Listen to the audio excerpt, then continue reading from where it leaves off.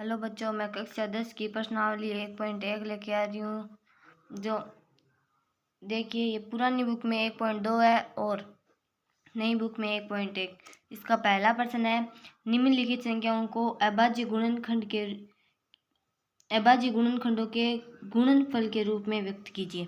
तो पहला है 140। तो देखिए 140 को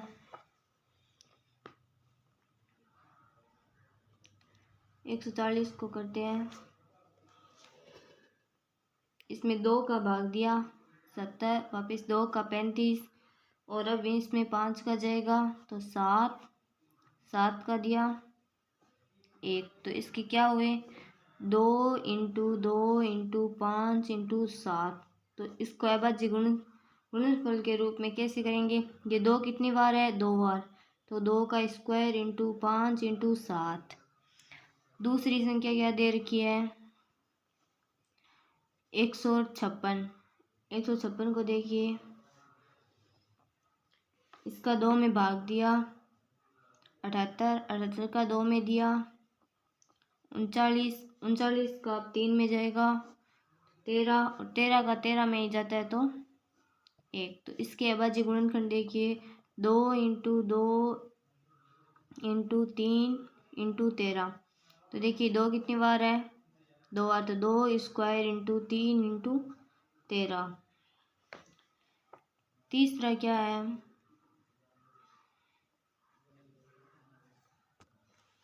तीसरी संख्या है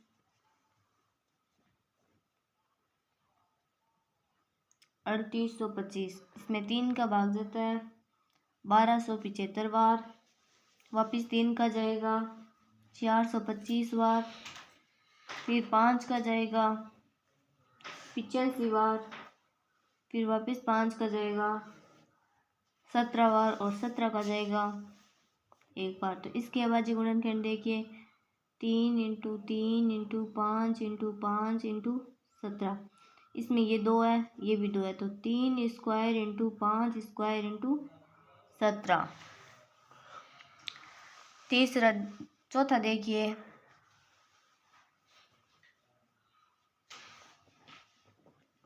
चौथी संख्या दे रखी है ये, इसमें 5 का भाग जाएगा, फिर 7 का जाएगा 143 बार, फिर 11 का जाएगा 13 बार और 13 का जाएगा 1 बार। 5वां देखिए, 5वीं में दे रखी है 7429। इसमें 17 का जाएगा और किसी का नहीं जाएगा पहले 437, फिर जाएगा 19 का 23 बार, फिर जाएगा 23 का 1 बार। तो इसके पहले अभाज्य गुणनखंड 5 इंटू 7 इंटू 11 इंटू 13। इसके अभाज्य गुणनखंड यही रहेंगे क्योंकि इनमें कोई भी समान संख्या नहीं है। और इसके भी 17 इंटू 19 इंटू 23, इसके भी अभाज्य गुणनखंड ये रहेंगे। प्रश्न नंबर दूसरा है,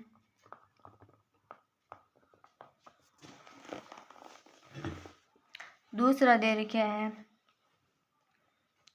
पूर्णांकों के निम्नलिखित युग्मों के HCF और LCM ज्ञात कीजिए तथा इसकी जांच कीजिए कि दो संख्याओं के गुणनफल HCF इंटू LCM है। पहला है 26 और 29। पहला दे रखा है 26 और 91, इसकी LCM और HCF ज्ञात करनी है। तो पहले हम ज्ञात करेंगे LCM। तो LCM देखो साथ में ज्ञात किए जाते हैं और HCF अलग अलग। पहले HCF 26 और 91 का, पहले 2 में 13 और 91, फिर 7 का जाएगा 13, 91 में 13 का, फिर 13 का जाएगा 1 और 1। तो इसका LCM देखिए 2 इंटू 7 इंटू 13। तो LCM आया, इनको गुणा किया तो कितने आए? 82। अब निकालेंगे HCF। HCF देखिए, पहले निकाला 26 का, 2 से गया 13, 13 का 1 से, फिर निकालेंगे 91। तो 91 का देखिए, पहले 7 से 13 और 13 का 1 से, तो पहले 26 का कितने हुए 2 इंटू 13 और इसके 7 इंटू 13, इसमें जो समान है वो बाहर ले लिया और वही क्या है हमारा HCF। और फिर हमें क्या करना है, आगे हमें इसे सत्यापन करना है। तो देखिए आगे सत्यापन के लिए क्या करेंगे, HCF का 26 और 91 का HCF लेंगे और गुणा करेंगे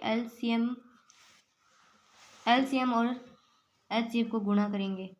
तो देखिए HCF 13 आया और LCM कितना आया 182।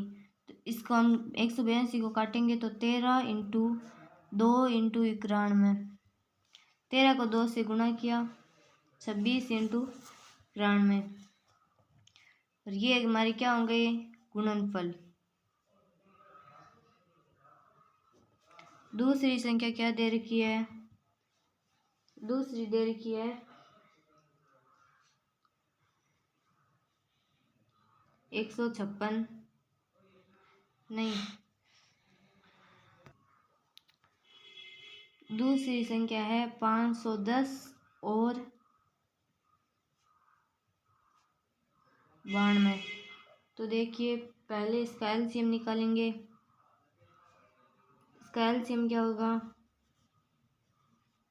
150 और 92 का 2 से कटा 255 और 46, फिर 2 से कटा 255 और 23, फिर 3 से कटा तो 85 और 23, फिर 5 से काटा 17 और 23, फिर 17 से 1 और 23, फिर 23 से 1 और 1। तो देखिए इसका एलसीएम क्या हुआ, इसका एलसीएम हुआ 2 into 2 into 3 into 5 into 17 into 23, इनको गुणा किया तो क्या उत्तर है 23,460। अब क्या निकालेंगे एलसीएम, एचसीएफ निकाला तो पहले 510 का निकाला तो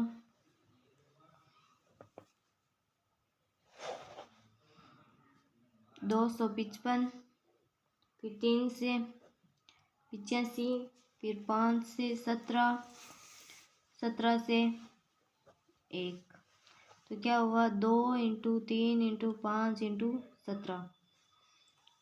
अब 92 का 2 से 46, फिर वापस 2 से 23, 23 का 1 से 2 इंटू 2 इंटू 23, इन दोनों में समान क्या है 2 और 2, तो इसका HCF क्या हुआ 2।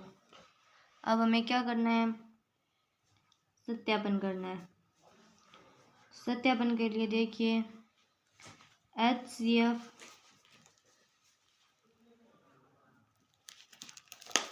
510 और 92 का गुणा करना है, LCM 510 और 92।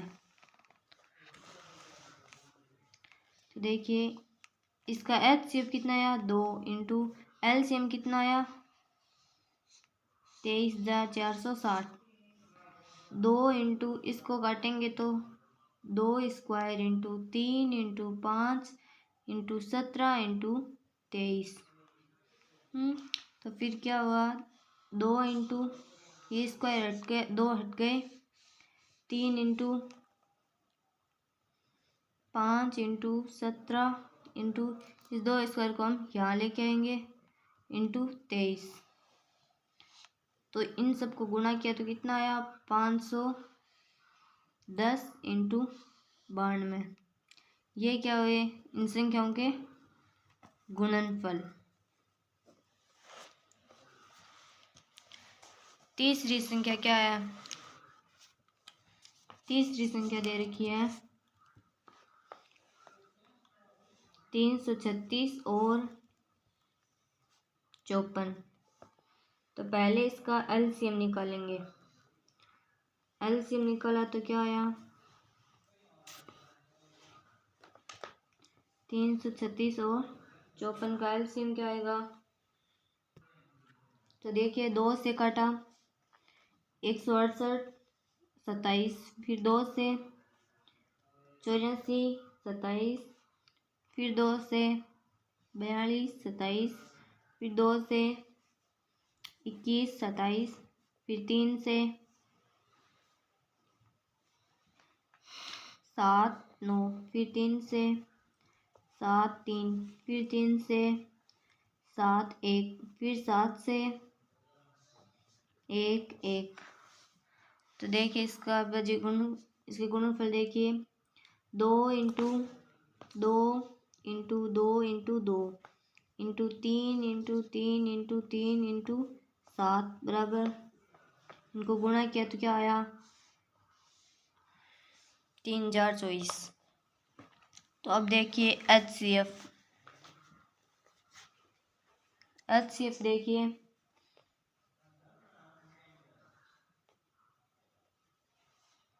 336 का 2 से काटा 168, फिर 2 से काटा 84, फिर 2 से काटा 42, फिर 2 से काटा 21, फिर 3 से 7, फिर 7 से 1। तो देखिए 2 into 2 into 2 into 2 into 3 into 7, फिर 54 का निकाला 2 से 27, 3 से 9, फिर 3 से 3, फिर 3 से 1। देखिए 2 इंटू 3 इंटू 3 इंटू 3, इसमें विनिष्ट क्या है सिर्फ 2 और 1 3 है। तो क्या हुआ एचसीएफ क्या आएगा 2 इंटू 3 बराबर 6। तो एचसीएफ आया बराबर 6। अब क्या करना है सत्यापन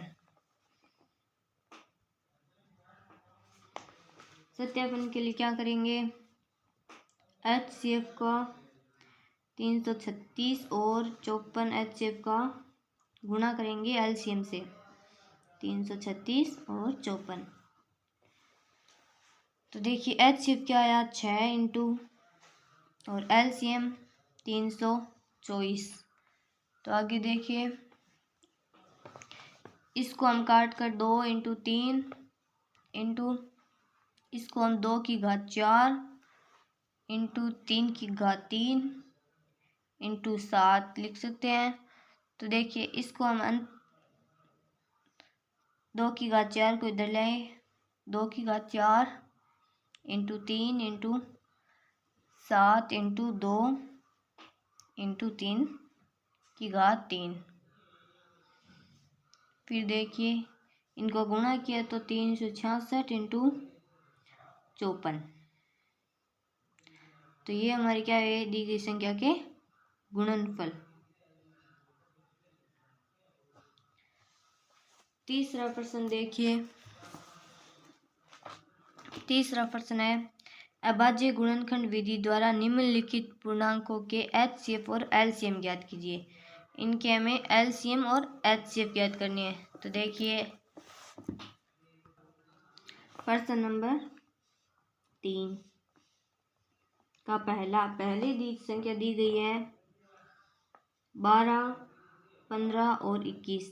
इनका क्या निकालेंगे एलसीएम निकाला तो क्या आया 12 15 और 21।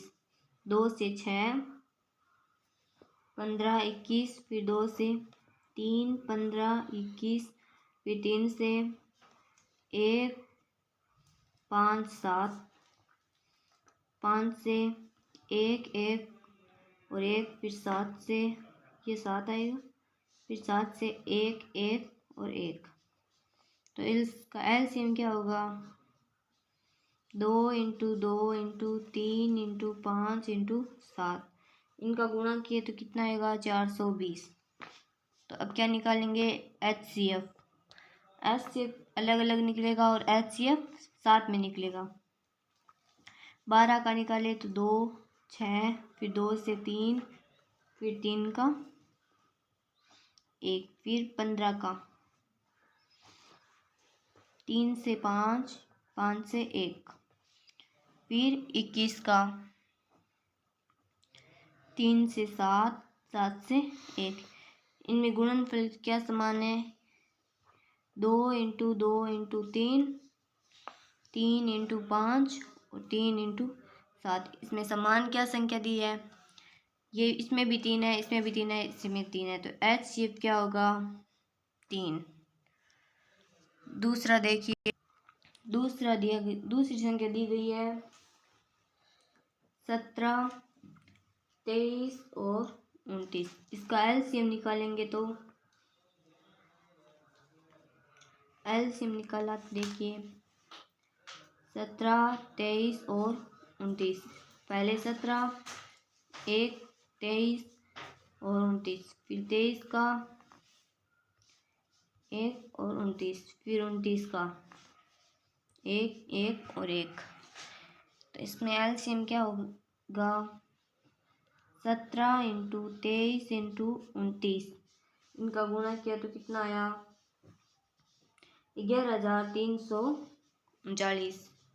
फिर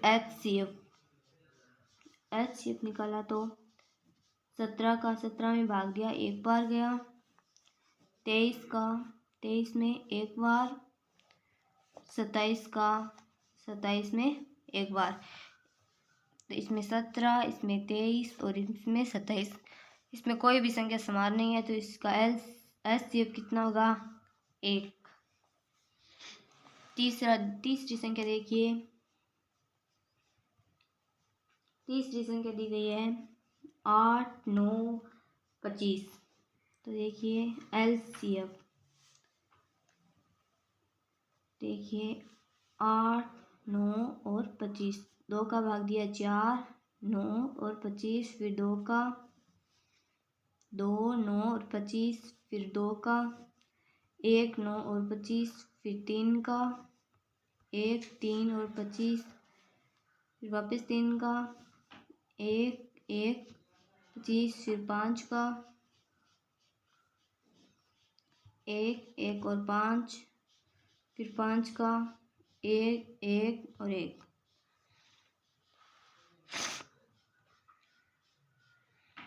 तो देखिए LCM क्या होगा? 2 into 2 into 2 into 3 into 3 into 5 into 5, इनका गुणा किया तो क्या आएगा? 1800 आएगा। और HCF याद करेंगे तो पहले 8 का किया, 2 से 4, फिर 2 से 2, फिर 2 से 1, फिर 9 का किया, 3 से 3, फिर 3 से 1, फिर 25 का किया, 5 से 5 और 5 से 1। इसमें भी कोई विनिष्ट गुणनफल नहीं है। जैसे देखिए 2 इंटू 2 इंटू 2, 3 इंटू 3 और 5 इंटू 5, तीनों में कोई विनिष्ट नहीं है, तो इसका HCF क्या होगा? 1। चौथा प्रश्न दिया गया है HCF 306 और 605 बराबर 9 दिया है। LCM 306 और 657 ज्ञात करना है। यहाँ 657 है, ये हमें ज्ञात करना है। तो देखिए प्रश्न नंबर 4, देख संख्या क्या दी गई है? संख्या हमें दी गई है 306 व 657। ये क्या है? हमें दिया है जिसमें A बराबर 306 माना, B बराबर 657 और HCF कितना दिया गया है? 9। तो HCF देखिए, HCF A और B इंटू LCM A और B बराबर A इंटू B। तो देखिए LCF को हम इस तरफ ले आएंगे बराबर के, तो LCM ए इंटू बी, ए और बी बराबर ए इंटू बी बट्टे HCF ए व बी। ए बी से ए बी कट गया तो क्या बचा, LCM बराबर ए इंटू बी बटा HCF। तो LCM ए का मान कितना है 306 इंटू बी का मान कितना है 757 बट्टे 9। इनका गुणा किया, पहले हमने इनको काटा तो कितना आया 34। तो LCM बराबर 34 इंटू 657। तो LCM कितना आया हमारा, LCM आया 22,338। प्रश्न नंबर 5 है, जांच कीजिए कि क्या किसी प्राकृत संख्या n के लिए किसी संख्या 6 अंक 0 पर समाप्त हो सकती है। प्रश्न क्या दिया है, जांच कीजिए कि क्या किसी प्राकृत संख्या n के लिए संख्या 6 अंक 0 पर समाप्त हो सकती है। तो देखिए प्रश्न नंबर 5 में देखिए, इसमें हमें केवल भाषा लिखनी है और कुछ नहीं करना है। तो n के किसी मान के लिए 6n का मान 0 पर समाप्त नहीं हो सकता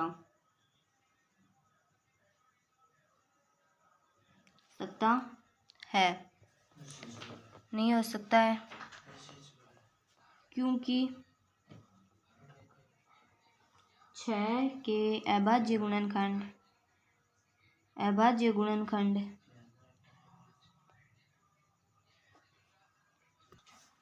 में 2 व 3 आते हैं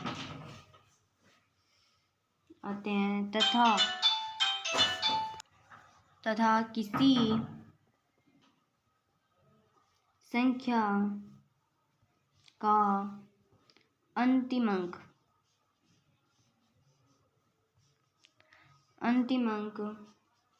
0 होने के लिए उसके गुणनखंड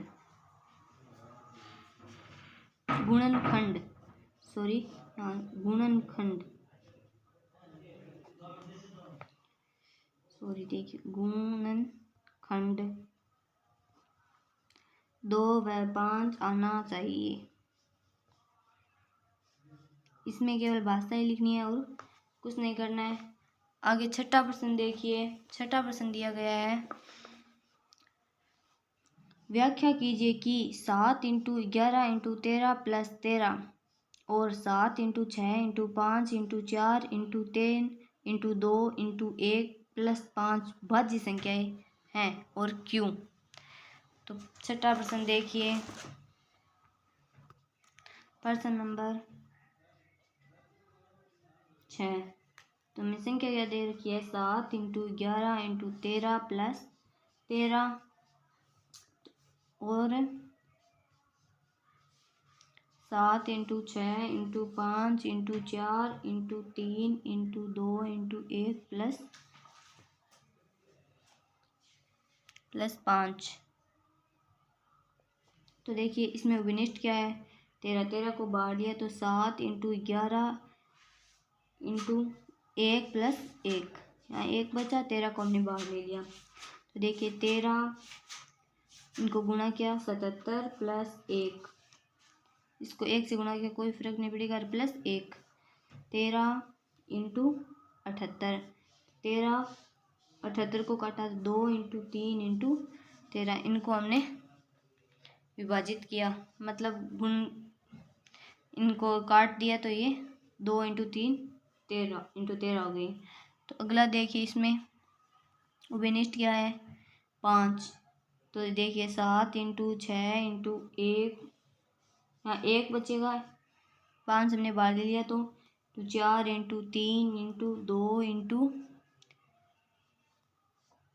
ये 1 तो है ही, प्लस 5 को बाहर लिया तो 1, 5, इन सबको हमने गुणा किया तो कितना आया, 1 जार 8 प्लस 1, 5 इंटू 1 जार 9। इसको हम इतने लिख सकते हैं, आगे नहीं काटेंगे। अंकगणित के अनुसार, अंकगणित के आधारभूत परिमेय के अनुसार, अंकगणित की आधारभूत परिमेय के अनुसार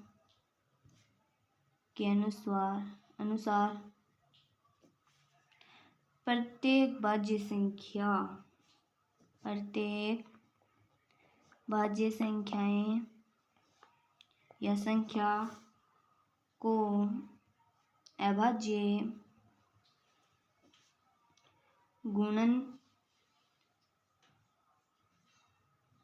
गुणनखंड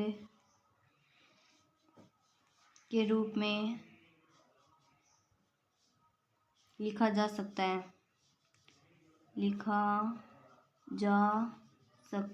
है। अतः 7 इंटू 11 इंटू 13 प्लस 13 और 7 into 6 into 5 into 4 into 3 into 2 into 1 plus 5, ये भाज्य संख्याएं हैं।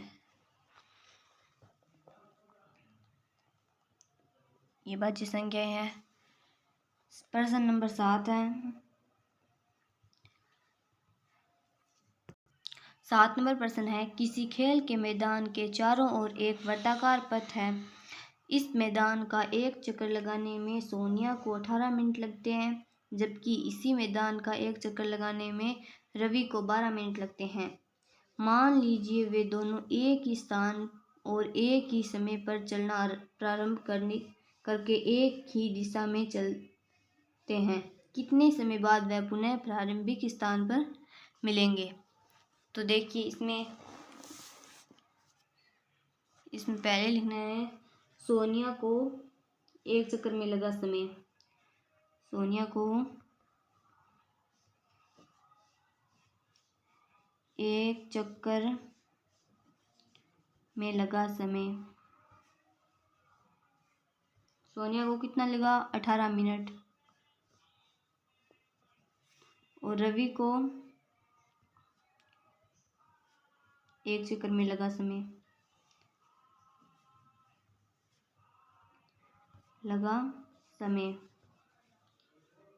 12 मिनट। अतः 12 व 18 का एलसीएम निकालेंगे। तो 12 का एलसीएम निकाला, सॉरी एचसीएफ निकालेंगे, एलसीएम नहीं निकालेंगे, एचसीएफ। 12 का निकाला 2, 6, 2, 3 और 3 से 1। 18 का 2, 9, 3, 3 से 1। तो देखिए 12 का क्या हुआ? 2 इंटू 2 इंटू 3, और 18 का 2 इंटू 3 इंटू 3। तो इसमें एलसीएम तो क्या आएगा? एलसीएम तो जो समान है उसका गुणा, और जो पहले समान है जिसमें एक एक, ये 2 समान है, इंटू 1 3 और 1 3। फिर जो अलग है 1 2 और 1। तो देखिए इसमें जो समान है वही देख ली। इसमें 2 1 समान है, 3 एक बार समान। जो अलग बचा उसको अलग लिख लेंगे। 1 2 बचा और 1 3 बचा, 2 इंटू 3। तो इसको गुणा करेंगे तो कितने आएंगे? 36। तो एलसीएम क्या आएगा? 36। अतः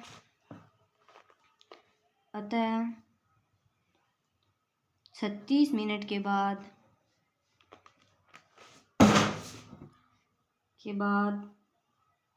पुनः वह दोनों प्रारंभिक स्थान पर मिलेंगे, पर मिलेंगे।